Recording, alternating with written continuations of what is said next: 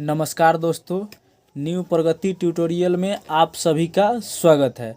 आइए आज हम हिंदी विषय के बारे में पढ़ेंगे, जो कि हमारा बेसिक हिंदी होगा, यानी जीरो से हीरो तक होगा। तो आइए हम हिंदी के बारे में कुछ शब्द या कुछ जानने का प्रयास करेंगे। तो सबसे पहले हम हिंदी भाषा का परिभाषा जानेंगे। तो हिंदी भाषा का तो परिभाषा हमें मूलतः कोई प्रॉपर देखने को नहीं मिलता है, लेकिन हम फिर भी जानने का प्रयास करेंगे। तो सबसे पहले जानेंगे हम लोग हिंदी किसे कहते हैं। तो हिंदी जिसके मानकृत रूप को मानक हिंदी कहा जाता है, यानी हम मानकृत रूप को ही मानक हिंदी कहते हैं। और विश्व की एक प्रमुख भाषा है, यानी जो हिंदी है विश्व की एक प्रमुख भाषा है तथा यह भारत की राज्य भाषा है। हम यह कह सकते हैं कि जो हमारा हिंदी है यह राष्ट्रभाषा नहीं है, बल्कि यह भारत का राज्य भाषा है। आइए अब हम जानते हैं हिंदी भाषा का विकास। तो हम यह जानते हैं कि हिंदी विश्व की लगभग 3000 भाषाओं में से एक है। जी हाँ दोस्तों, हिंदी 3000 भाषाओं में से एक है। इसको हम देखते हैं आकृति या रूप के आधार पर। यदि हम हिंदी को देखें तो हिंदी आकृति के आधार पर विभोगात्मक और रूप के आधार पर विश्लिष्ट भाषा है। अब हम इसे भाषा परिवार के आधार पर यदि हिंदी को देखते हैं तो हिंदी भाषा परिवार के आधार पर 4 भागों में बांटा गया है, जिसका सबसे बड़ा या हम कह सकते हैं जो सबसे ज़्यादा प्रचलन में है, यह भारोपीय परिवार की भाषा है। आइए हम नेक्स्ट पेज देखते हैं। यदि आप इस पेज को स्क्रीनशॉट लेना चाहते हैं तो ले सकते हैं वीडियो को रोककर। तो अभी हमने पिछले पेज में देखा था कि जो हिंदी भाषा है, यहाँ हम देखे थे कि भारत भाषा परिवार के आधार पर हिंदी भारोपीय परिवार का सबसे बड़ा भाषा है, क्योंकि जो सबसे ज़्यादा लोगों के बीच मतलब प्रयोग किया जाता है। तो अभी हम जाने थे कि भारत में 4 भाषा परिवार हैं। पहला है हमारा भारोपीय, दूसरा का है द्रविड़, तीसरा का है आस्ट्रिक और चौथा है हमारा चीनी तिब्बती भाषा। तो हम इसे यदि देखें बातचीत के माध्यम से या प्रयोग के माध्यम से, तो भारोपीय जो हमारा भाषा परिवार है यह सबसे बड़ा भाषा परिवार है, क्योंकि इसका प्रयोग 73% किया जाता है और द्रविड़ को 25% प्रयोग किया जाता है, आस्ट्रिक को 1.3% तथा चीनी तिब्बती को 0.7%। यह आंकड़ा प्रयोग के हिसाब से दर्शाया गया है। आइए अब हम अगला स्टेप देखते हैं। हिंदी भारोपीय या भारत यूरोपीय के भारतीय ईरानी शाखा के भारतीय आर्य उप शाखा की एक भाषा है। भारतीय आर्य भाषा, इसे हम शॉर्ट में भा कह सकते हैं, को 3 काल खंडों में विभक्त किया गया है। दोस्तों, भारतीय आर्य भाषा को 3 काल खंडों में विभक्त किया जाता है। तो हमारा पहला है प्राचीन भारतीय आर्य भाषा। हमारा दोस्तों कौन सा है पहला? प्राचीन भारतीय आर्य भाषा, जिसका प्रयोग काल है 1500 ईस्वी पूर्व से 500 ईस्वी पूर्व तक। उदाहरण के में हम इसे कह सकते हैं कि जो वैदिक काल के थे एवं वैदिक एवं लौकिक काल के जो जितने भी काव्य थे, यह सारे प्राचीन भारतीय आर्य भाषा के अंतर्गत आते हैं। हमारा द्वितीय है मध्यकालीन भारतीय आर्य भाषा। इसे म भा आ शॉर्ट में हम कह सकते हैं।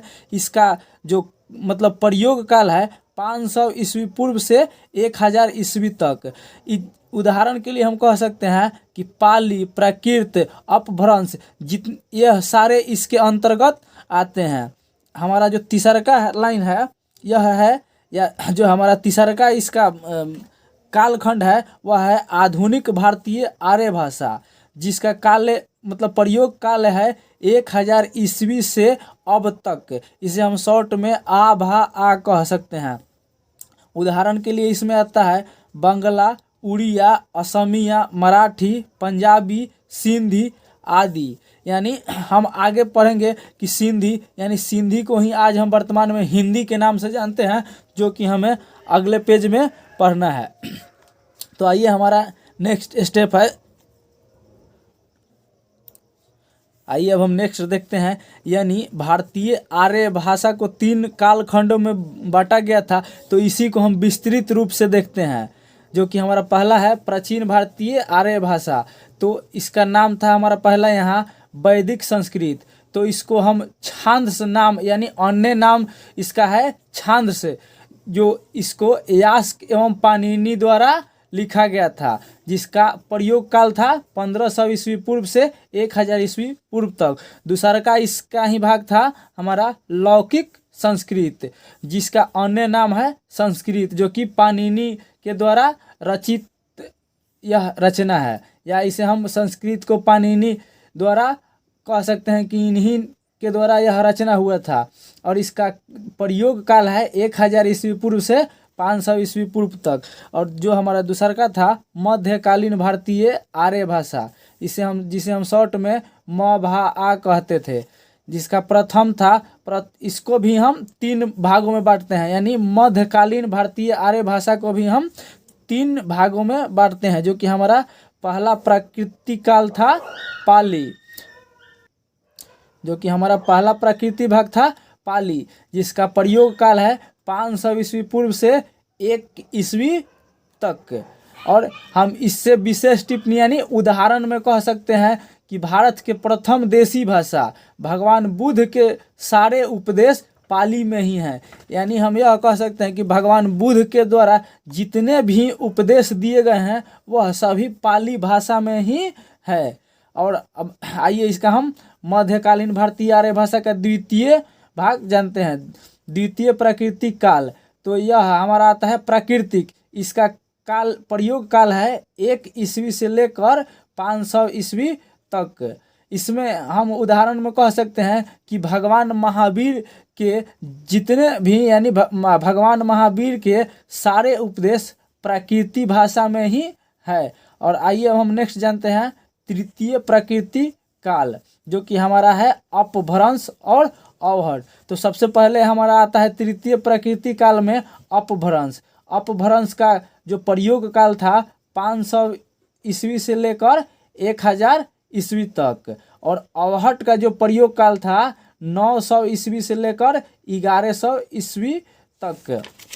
यानी हम यह कह सकते हैं कि जो हमारा हिंदी है, यानी हिंदी का बचपना अपभ्रंश तथा अवहट को हम कह सकते हैं। आइए अब हम नेक्स्ट देखते हैं। सॉरी दोस्तों, यदि आप इस पेज का स्क्रीनशॉट लेना चाहते हैं तो वीडियो को रोककर स्क्रीनशॉट ले सकते हैं। आइए अब हम नेक्स्ट पेज देखते हैं, जो कि हमारा ये 2 तो हो चुका था, प्रथम और द्वितीय। अब आइए हम नेक्स्ट देखते हैं तृतीय, यानी आधुनिक भारतीय आर्य भाषा, जिसको हम शॉर्ट में आ भा आ कह सकते हैं। इसे भी 3 भागों में बांटा गया है। पहला है हमारा प्राचीन हिंदी, जिसका प्रयोग काल है 1100 ईस्वी से लेकर 1400 ईस्वी तक। दूसरा का है हमारा मध्यकालीन हिंदी, जिसका प्रयोग काल है 1400 ईस्वी से लेकर 1850 ईस्वी तक। और तीसरा है हमारा आधुनिक हिंदी, जिसका प्रयोग काल है 1850 ईस्वी से अब तक। आइए अब हम नेक्स्ट लाइन जानते हैं। हिंदी की आदि जननी संस्कृत है। हिंदी की आदि जननी दोस्तों कौन है? संस्कृत है। आइए अब हम देखते हैं हिंदी का विकास। तो सबसे पहले हिंदी का विकास हुआ संस्कृत, उसके बाद पाली, उसके बाद प्राकृति, उसके बाद भाषा से होती हुई, यानी जो हमारा हिंदी है संस्कृत पाली प्राकृत भाषा से होती हुई अपभ्रंश तक पहुंचती है। फिर अपभ्रंश से होते हुए अवहट से गुजरती हुई प्राचीन या प्रारंभिक हिंदी का रूप प्राप्त करती है। तो जो हमारा हिंदी है सबसे पहले संस्कृत, उसके बाद पाली, उसके बाद प्राकृति भाषा से होती हुई अपभ्रंश तक पहुंचती है। फिर उसके बाद अपभ्रंश से आगे बढ़ती है अवहट, और अवहट से गुजरती हुई प्राचीन या प्रारंभिक हिंदी का रूप प्राप्त करती है। सामान्यतः हिंदी भाषा के इतिहास का आरंभ, हम कह सकते हैं कि हिंदी भाषा का आरंभ अपभ्रंश से अवहट को माना जाता है। यानी अपभ्रंश और अवहट को हिंदी भाषा का इतिहास का आरंभ यानी शुरुआत काल हम मानते हैं। आइए हम नेक्स्ट देखते हैं जो कि हम पहले ही जान चुके थे कि हिंदी का शिशु काल अपभ्रंश तथा अवहट को कहा जाता है। आइए अब हमारा नेक्स्ट लाइन है हिंदी का विकास क्रम। तो सबसे पहले अभी हम यहाँ जान चुके थे कि हिंदी का विकास क्रम था सबसे पहले संस्कृत, उसके बाद पाली, उसके बाद प्राकृति, उसके बाद अपभ्रंश, उसके बाद अवहट, उसके बाद प्राचीन हिंदी या हम प्रारंभिक हिंदी कह सकते हैं। अब आइए हमारा नेक्स्ट है अपभ्रंश। अपभ्रंश भाषा का विकास 500 ईस्वी से लेकर 1000 ईस्वी के मध्य हुआ है। यानी दोस्तों अपभ्रंश भाषा का जो विकास है यह 500 ईस्वी से लेकर 1000 ईस्वी के मध्य में हुआ है। इसमें यानी अपभ्रंश के अंतर्गत साहित्य का आरंभ 8वीं सदी के कवि स्वयंभू से हुआ, जो कि 13वीं सदी तक जारी रहा, लेकिन इसका प्रयोग 14वीं सदी तक होता रहा। जो हमारा कवि है इसमें अपभ्रंश के अंदर जो हमारे कवि आते हैं वह आते हैं स्वयंभू, घनपाल, पुष्पदंत, सरहप्पा, कन्हप्पा। अब आइए हम देखते हैं अवहट। अवहट अपभ्रंश शब्द का विकृत रूप है, यानी हम कह सकते हैं कि अपभ्रंश को ही एक आगे की तरफ अग्रसरित करते हुए, यानी जब अपभ्रंश का विकास होता है तो इसका नाम बदलकर अवहट हो जाता है। तो यहाँ हम कह सकते हैं कि अपभ्रंश शब्द का विकृत रूप है या परिवर्तित अपभ्रंश कह सकते हैं। इसका कालखंड 900 ईस्वी से लेकर 1100 ईस्वी तक है, यानी अवहट का कालखंड 900 ईस्वी से लेकर 1100 ईस्वी तक है। आइए हम नेक्स्ट देखते हैं अवहट के कवि। तो सबसे पहला हमारा जो अवहट के कवि हैं वह है विद्यापति, उसके बाद अब्दुल रहमान, उसके बाद दामोदर पंडित। ज्योतिश्वर ठाकुर ने अपनी भाषा को अवहट भाषा या अवहट्ठा भाषा कहा है। आप वीडियो को रोककर इस पेज का भी स्क्रीनशॉट ले सकते हैं। आइए अब हम नेक्स्ट पेज देखते हैं अवहट के कवियों का रचना। तो सबसे पहले हमारे विद्यापति थे। तो विद्यापति ने अवहट भाषा में सबसे उनका प्रचलित मतलब रचना है कृतिलता, और उसके बाद आता है देसिल बैना सब्जन मीठा ते तैसन जमपयो अवहठा, यानी इसका अर्थ है देश की भाषा सब लोगों के लिए मीठी है। उसके बाद आते हैं हमारे कवि अधमान यानी अब्दुल रहमान। तो इनका रचना है स्नेह रासे या संदेश रासक। उसके बाद हमारे आते हैं दामोदर पंडित, इनकी रचना है उक्ति व्यक्ति प्रकरण। उसके बाद हमारे आते हैं ज्योतिश्वर ठाकुर, इनका रचना है वर्ण रत्नाकार। उसके बाद आते हैं रोड कवि, इनका रचना है राउल वेल और इत्यादि इन्होंने रचना किए। आइए हमारा नेक्स्ट स्टेप है प्राचीन हिंदी से अभिप्राय है अपभ्रंश या अवहट के बाद की भाषा। यानी प्राचीन हिंदी से अभिप्राय है कि जो हमारा पहला भाषा था, यानी हम हिंदी का बचपना जिसे कहते थे अपभ्रंश और अवहट को, उसके बाद की भाषा। आइए अब हमारा नेक्स्ट लाइन है हिंदी का आदिकाल, यानी हिंदी का आदिकाल हिंदी भाषा का शिशुकाल है। तो यहाँ हिंदी भाषा का शिशुकाल कौन था? तो अपभ्रंश और अवहट। आइए अब हम नेक्स्ट देखते हैं हिंदी शब्द की व्युत्पत्ति। यानी हिंदी शब्द की उत्पत्ति भारत के उत्तर पश्चिम में प्रवहमान हिंदी शब्द की उत्पत्ति भारत के उत्तर पश्चिम में प्रवहमान सिंधु नदी से संबंधित है। यानी भारत की जो हिंदी की जो उत्पत्ति है वह सिंधु नदी से संबंधित है। विदेशी यात्री जिस देश का दर्शन करने आए थे वह सिंधु का देश था। यानी सबसे पहले जो हमारा हिंदुस्तान था वह सिंधु का ही देश था, जहाँ पे अक्सर विदेशी यात्री भारत का दर्शन करने यानी सिंधु का दर्शन करने आते थे। और ईरानी सिंधु को हिंदू कहते थे, ईरानी हिंदू को सिंधु कहते थे। यानी सिंधु, उसके बाद हिंदू, यानी सिंधु से ही हिंदू हुआ, क्योंकि जो ईरानी यात्री आते थे वह स को ह कहते थे तथा ध को द में ध्वनि परिवर्तन करते थे, यानी स का ह कहते थे और ध का द कहते थे। तो सिंधु को वह हिंदू से हिंद बना, और मतलब हिंदू से वह हिंद बना और फिर हिंद में प्रत्यय ई लगने से हिंदी बन गया।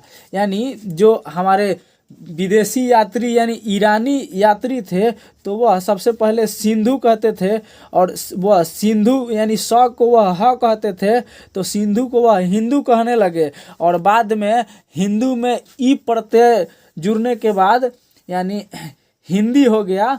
और उसके बाद हमारा जो हिंदी का अर्थ है वह हिंद है। हिंद यानी हिंद देश का निवासी, हिंद देश के निवासी। और दूसरा जो हमारा हिंदी का अर्थ है हिंद की भाषा। तो आप इस वीडियो को रोक कर इस पेज का भी स्क्रीनशॉट ले सकते हैं। आइए अब हम नेक्स्ट पेज देखते हैं। तो हमारा नेक्स्ट पेज है हिंदी शब्द मूलतः फारसी का है। तो अभी हम सबसे पहले ही पढ़ चुके थे कि ईरानी जो यात्री थे वह स को ह कहते थे। तो सबसे पहले हमारा हिंदी का नाम था सिंधु, लेकिन ईरानी यात्रियों यानी जो विदेशी यात्री थे वह स को ह में परिवर्तित कर सिंधु को हिंद में ई प्रत्यय जोड़ने से हिंदू हुआ। तो हिंदी शब्द मूलतः फारसी का है, न कि हिंदी भाषा का। यह ऐसे ही है, यानी हम कह सकते हैं कि यह ऐसे ही है जैसे बच्चा हमारे घर जन्मे और नामकरण उसका पड़ोसी करे। कुछ विद्वानों का मानना है कि हिंदी का अर्थ यानी हिंदू, हिन का अर्थ होता है हनन करने वाला और दू का अर्थ होता है दुष्ट। तो यह उन लोगों की भाषा में हिंदी ही है, यानी दुष्टों को हनन करने वाला हिंदी भाषा उन लोगों का मानना है। जैसे कि हमारे महात्मा गांधी जी का राय था, क्योंकि इन्होंने हिंद स्वराज सन 1909 में कहे थे कि करोड़ों लोगों को अंग्रेजों की शिक्षा, महात्मा गांधी ने बोले थे कि करोड़ों लोगों को अंग्रेजी की शिक्षा देना उन्हें गुलामी में डालने जैसा है। मैकाले ने शिक्षा जो बुनियाद डाली सचमुच गुलामी जैसा ही है। यानी जो मैकाले की जो शिक्षा नीति थी वह सचमुच गुलामी जैसा ही है।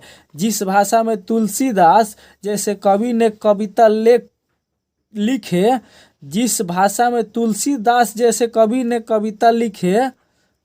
कविता लिखे वह अत्यंत पवित्र भाषा है। तो आज हम हिंदी के बारे में इतना ही जानते हैं, आगे नेक्स्ट वीडियो में जानेंगे। आप इस पेज का वीडियो रोककर स्क्रीनशॉट ले सकते हैं। यदि आपको यह वीडियो अच्छा लगा हो तो हमारे चैनल को सब्सक्राइब तथा वीडियो को ज़्यादा से ज़्यादा शेयर करें और लाइक करना ना भूलें। यदि आप हमारे चैनल पर नया हैं तो हमारे चैनल को सब्सक्राइब करें। धन्यवाद।